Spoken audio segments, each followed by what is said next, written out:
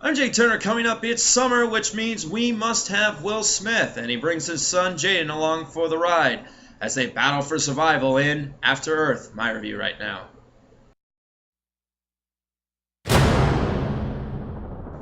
Will Smith has been one of the most famous worldwide actors the last 20 years. Jaden Smith has been famous for being Will Smith's son who disrespected the Karate Kid with that ill-timed remake where you watch him whine and pout. In After Earth, just like Earth is portrayed, it's quiet.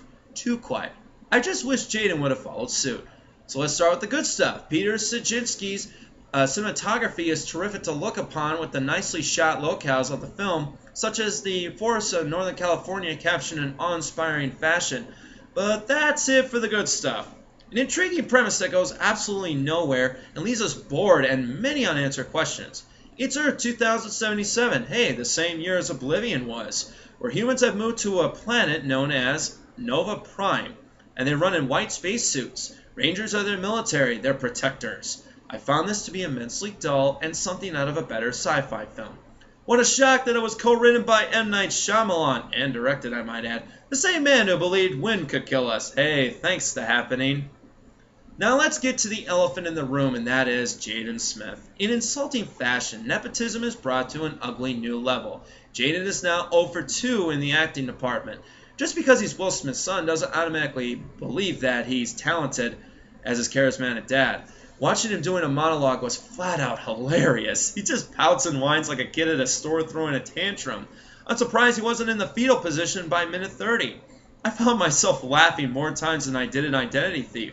However, it wasn't just Will Smith's emotionless, Terminator-like performance or Smith's charisma-free performance. I mean, come on, isn't this what we have auditions and acting schools for? But what the hell was with that dialogue? I couldn't believe some of these words coming out of the Smiths. They sounded like they took bad inspiration from Rocky V. I later found out that it involved Scientology beliefs, which I found offensive, that they tried to bring that to an audience that is paying for entertainment, not religious advice. Wrong way of showing it, Smiths. If I want, I'll read L. Ron Hubbard again. Yes, because that worked out so well before. Eh, John Travolta? Shyamalan has been known to slow things down to discover the true mystery of his films, like he successfully did in The Sixth Sense, Unbreakable, but not so much with The Village, The Happening, and Lady in the Water. However, when we aren't invested in the characters and see more camera shots than a dad working a camcorder for the first time, it comes off as boring, trite, and time-wasting. Now, cliches galore, get them while they're hot. Jaden played Katai, a cadet that has the best scores of the class, but for some unknown reason, it's not enough to get a promotion. But your dad is a general. I'm sure he can pull some strings like he did putting you in this movie. We are never emotionally invested with the supporting characters like Zoe Kravitz playing Katai's sister, who ironically was the best part of the movie. She actually showed emotion and love to her family and even risked her life. Sadly, lost though. That alone should motivate Katai to fight instead of pouting for 90 minutes. Also, we have visual effects gone horribly wrong.